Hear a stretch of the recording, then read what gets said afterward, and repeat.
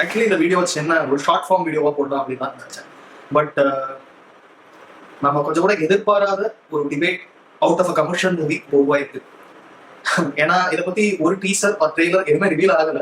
திடீர்னு படத்துல வந்து ஒரு ஷாக்கிங்கான ஒரு கண்டென்ட், அது வந்து ஃபிக்ஷனல் டேலா இருந்தாலுமே அதுல சொல்லப்படுற விஷயங்கள் வந்து கிளியரா இறைமறை காய்மறைவா வந்து சொல்லுவாங்க தமிழ்ல. அந்த மாதிரி முழு பூசணிக்காக சோத்துல மறைக்கிற மாதிரி ஒரு விஷயம் பண்ணியிருக்காங்க Prithviraj team with Imran Lucifer 2. அதை பத்தி அந்த படத்துல ஜெனரலா பேசுவோம். அதுக்கப்புறம் அதுல பேசப்படுற அரசியல் பத்தியும் கொஞ்சம் அரசியல், ஏன்னா அதுக்கு ஒரு பெரிய ரீசன். அது என்ன ரீசன்னா இதுதான் ரீசன். முதலில் நமக்கெல்லாம் தொட்டிலடா கண் மூடினால் காலில்லா கட்டிலடா. இந்த தமிழ் லாக்ஸ் அப்படிங்கிற ஒரு சாதாரண ட்விட்டர் சேனல் அப்படின்னு சொல்றான். ஆனா ஒரு டீசென்ட்லி நல்ல ஃபாலோயிங் இருக்கிற சேனல் தான். இவங்களுக்கெல்லாம் எது நீங்க பதில் சொல்லிட்டு இருக்கீங்க அப்படின்னு சில பேர் கேட்கலாம். அதை வந்து சபவை பண்ணிட்டு நீங்க பாட்டுக்கு உங்க பாதையில போங்க அப்படின்னு சொல்லலாம். ஆனா இப்ப சோஷியல் மீடியா அப்படிங்கிறது ரொம்ப இம்பார்ட்டன்டான ஒரு கருவியா தான் நம்ம அதை பார்க்கணும். அது இட்ஸ் அ டூல். ஸோ நம்ம வந்து சொல்ற சில ஃபூலிஷ், நம்ம ஒரு பேசிக் ரிசர்ச் இல்லாம ஒரு வேர் மினிமம் புரிதல் இல்லாம சில விஷயங்கள் நம்ம பேசிட்டு போகணும்.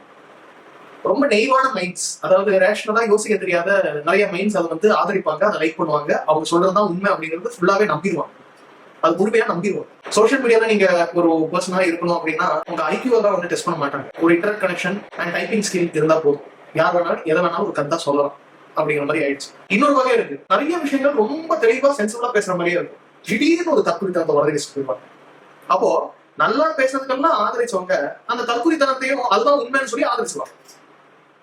இந்த லூசிபர் 2 எம்பரனோட அரசியல் அதை பேசுறதுக்கு படத்தை பத்தி அந்த ஃப்ளோ பேசலாம். அந்த படத்தை பார்த்த ஒரு ரைட் விங்கர், நான் வந்து வேற ஒரு பர்டிகுலர் பேர் அப்படி கொடுக்கணும்னு நான் விரும்பல, அவர் ஒரு கிளாசிஃபைடா நான் வந்து சொல்லணும்னு நான் விரும்பல. அவர் வந்து இந்த படத்தை பார்த்து நான் பெரிய மோகன்லால் சார் ஃபேனா இருந்தேன். பிருத்விராஜ் வந்து ஒரு கம்யூனிஸ்ட் எனக்கு தெரியும், இஸ் அ காமி அப்படிங்கிறது தெரியும் அவரோட சாய்ஸஸ் ஆஃப் ஃபிலிம்ஸ்ல, அவர் சொல்ற கருத்துக்கள்ல. பட் அவரோட டைரக்டோரியல்ல லீட் ஆக்டரா வந்து மோகன்லால் நடிச்சிருக்காரு. அவர் வந்து அந்த மாதிரி கருத்துக்களை வந்து ஆதரிக்கிறது எனக்கு வந்து ரொம்ப ஒரு வருத்தத்தை கொடுக்குது, ரொம்ப ஷாக்கிங்கா இருக்கு. இதை நான் கொஞ்சம் கூட எதிர்பார்க்கல. நான் முதல்ல அவரோட ஃபேனா இருந்தேன், அதுக்கப்புறம் நான் அவங்க ஹேட்டரா மாறிட்டேன். இந்த படத்துல பேசக்கூடிய இந்த ஹிப்போக்ரிசியை வந்து நான் வந்து எக்ஸ்போஸ் பண்றேன் அப்படிங்கிற மாதிரி ஒன்று போட்டு அவங்க வந்து எஸ் ஆக்சுவலி இந்த person has put up a thread on Twitter. Yes I agree. அந்த அரசியல் வந்து அது ஒரு வாஸ்டான டாபிக். இந்த கோத்ரா ட்ரெயின் பர்னிங் இன்சிடென்ட் வந்து ஆக்சிடென்ட் அப்படிங்கிற மாதிரி அவங்க சித்தரிக்க ட்ரை பண்ணியிருக்காங்க. இதை வந்து ஆக்சிடென்ட் சொல்லுவாங்க. இப்போ நம்ம ஜெய்பீம் படம் முடிச்சு இல்லையா, அதுல வந்து ஒரு இன்னசென்டான உயிர் போகுது, கஸ்டோடியல் டெத். அது வந்து ஆக்சிடென்ட் சொல்ல முடியுமா? இல்ல. சோ இதை வந்து ஆக்சிடென்ட் சொல்றது as equal as telling someone that is also an accident. ரெண்டுமே படுகொலை. அதை வந்து நியாயப்படுத்தி திசை தப்ப ட்ரை பண்ணியிருக்காங்க. அது வந்து கான்ஸ்பிரசி தியரி கிடையாது, எல்லாமே நடந்த ஒரு சம்பவம். ஸ்டார்டிங் ஃப்ரம் தட் அவங்களோட ஹிப்போக்ரசி எப்படி இருக்குன்னா, ஒரு சர்டன் ரிலீஜியஸ் சார்ந்தவங்களை வந்து இன்னொரு ரிலீஜன்ல இருக்கிறவங்க வந்து அட்டாக் பண்றாங்க.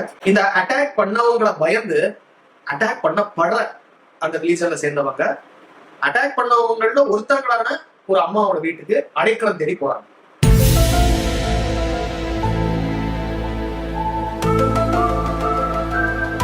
அந்த அடைக்கலம் தேடி போறவங்களை இந்த அட்டாக் பண்றவங்க தேடி வந்து ஒவ்வொருத்தரா, அதாவது லேடிஸ் குழந்தைங்க யாருமே பார்க்கறது அட்டாக் பண்ற மாதிரி காட்சிகள் இருக்கு நிறைய. இதுல என்ன பெரிய கொடுமைன்னா, அந்த அடைக்கலம் கொடுத்தவங்களே அட்டாக் பண்றவங்க ரிலீஜன் சார்ந்தவங்க தான், பட் அவங்களே கொலை பண்ற மாதிரி ஒரு சீனை வச்சிருக்காங்க. அதாவது எக்ஸ்ட்ரீமிஸ்ட் சொல்லுவாங்க. மனுஷங்களா பார்க்காம அவங்களோட புக்கு படி, எங்களோட புஸ்தகத்துல இவங்கெல்லாம் இங்க இப்படி இருக்கணும், இவங்களெல்லாம் உயிரோட வாழவே விடக்கூடாது, இந்த மாதிரி விஷயங்களை கடவுளே சொல்லியிருக்காருன்னு நம்பி தற்கூரித்தனமா மனிதாபிமானத்துக்கு வந்து இடம் கொடுக்காம எல்லாரையும் வந்து சமமா சாவடிக்கிறது தான் இந்த எக்ஸ்ட்ரீமிஸ்டோட வேலை. யார் வந்து ஒரு சண்டையை ஆரம்பிக்கிறாங்க அப்படிங்கிறது ரொம்ப ரொம்ப முக்கியம். இந்த சண்டையை இனிஷியேட் பண்றவங்க இருக்காங்க பார்த்தீங்களா, அவங்க நம்மளை அடிக்க வரும்போது நம்ம ரெண்டு கணத்தையும் காட்டணும் அப்படிங்கிற அவசியமே கிடையாது. ஏன்னா ஒரு பூனை கூட சீரும்னு சொல்லுவாங்க இல்லையா. சோ நம்மளை அடிக்கிறவங்களுக்கு வந்து நம்ம தக்க பதிலடி நம்ம கொடுத்துதான் ஆகணும். ஏன்னா இந்த உயிர் அப்படிங்கிறது ப்ரெஷியஸ் தானே. ஆனா நம்ம ஆயுதம் ஏந்துறது வந்து நாம வந்து அதை திருப்பி அடிக்கிறது மட்டும்தான் நம்ம கான்செப்டா இருக்கணுமே ஒழிய, அவங்க வேற ஒரு ஃபேக்ல பிறந்துட்டாங்க அப்படிங்கிறதுக்காக அவங்களை அடிக்கிறது, அசிங்கப்படுத்துறது, குறைவா பாக்குறது வந்து ஆறறிவுள்ள ஒரு மனுஷன் செய்யக்கூடிய ஒரு விஷயம் கிடையாது. சோ அட்டாக்கர்ஸ் யாரு, டிஃபென்சிவான ஆளுங்க யாரு அப்படிங்கிறது ரொம்ப ரொம்ப முக்கியம். யார் அட்டாக்கரா இருக்காங்களோ அவங்கள தூக்கி போட்டு அடிங்க, அவங்கள கிரிட்டிசைஸ் பண்ணுங்க, தப்பே இல்லை. ஆனா ஒரு சித்தாந்தமே தப்பு அப்படின்னு சொல்ல ஆரம்பிச்சா சொல்றவங்க சித்தாந்தத்தை வந்து கேள்வி கேட்கறது நிறைய பேர் வரதான் செய்வாங்க.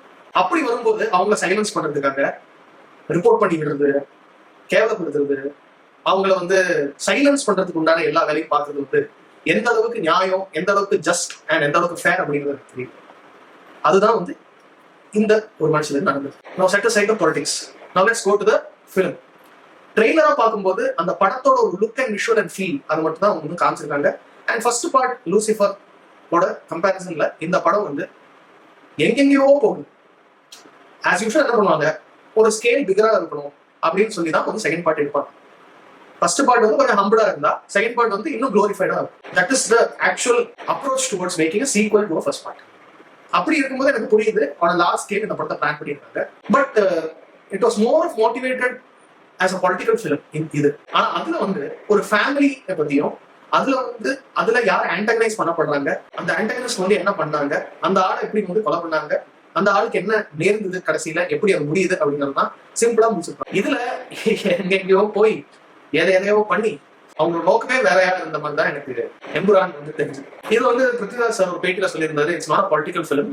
இந்த மாதிரி ஒரு கதைக்களத்தை வந்து எது மேல வேணாலும் மவுண்ட் பண்ணலாம், அதுல வந்து நாங்க பாலிடிக்ஸ் சூஸ் பண்ணியிருக்கோம் அப்படின்னு வந்து அவர் சொல்லியிருந்தாரு. இது வந்து கிளியர்லி மோட்டிவேட்டட் மூவி, ஒரு ப்ரொபகண்டா ஃபிலிம் மாதிரி தான் இருந்தது. Now coming to this comment, இதையும் எம்புரான்ங்கிற லூசிஃபர் 2வையும் வேட்டையனையும் வந்து கம்பேர் பண்றாங்க. எனக்கு ஒரு விஷயம் புரியல. வேட்டையன்ல வந்து 2 பிளாட் அவங்க டிஸ்கஸ் பண்ணியிருக்காங்க. ஒன்னு எஜுகேஷனல் ஸ்கேம், இன்னொன்னு ஃபேக் என்கவுண்டர்ஸ். இதுல ஃபேக் என்கவுண்டர் பத்தி சொல்ற அந்த ஒரு தகவல் தான், அந்த இன்ஃபர்மேஷன் தான் இன்னும் ஓங்கி தெரியும். ஃபர்ஸ்ட் ஆஃப் ஆல் அது வந்து ஒரு பேரியர் பிரேக்கிங் ஃபிலிமா தான் நான் பாக்குறேன் வேட்டையன். ஏன்னு கேட்டீங்கன்னா, of course I have an affinity towards Vijayakanth. அது வந்து it is not a secret. அவரை வந்து நம்ம எப்பயுமே லார்ஜர் லைஃபா பார்த்துட்டு இருக்கிற நாம ஒரு ப்ரொட்டாகனிஸ்ட் வந்து தப்பு பண்ணியிருக்காரு, அதை வந்து அவரே வந்து கன்ஃபஸ் பண்றாரு அப்படிங்கிறப்போ அது எவ்வளவு பியூரான இன்டென்ஷன் இருக்கிற படம் அப்படிங்கிறது வந்து பார்க்க எந்த மனுஷனும் தவற மாட்டாங்க. ஆனா ஆஸ் யூஷுவல் நான் சொன்ன மாதிரி ஒரு பர்டிகுலர் குரூப்பை சேர்ந்தவங்க அவங்களுக்கு எதிரான சில கருத்தை வந்து அவர் அந்த படத்துல சொல்லிட்டாரு, டைரக்டர் அந்த படத்துல சொல்லிட்டாரு, அதுல வந்து ரஜினி சார் நடிச்சிருக்காரு, நான் பெரிய ஃபேனா இருந்தேன், நான் வந்து ஐ ஃபெல்ட் சீட்டட் அப்படின்லாம் சொல்றாங்க. மனிதாபிமானம், ஆன்மீகம் அப்படிங்கிற 2யும் வந்து ரஜினி சார் ப்ரொமோட் பண்ண மாதிரி வேற ஒருத்த கூட இந்த இந்தியன் பிலிம் ஃப்ராட்டர்னிட்டில பண்ணது கிடையாது.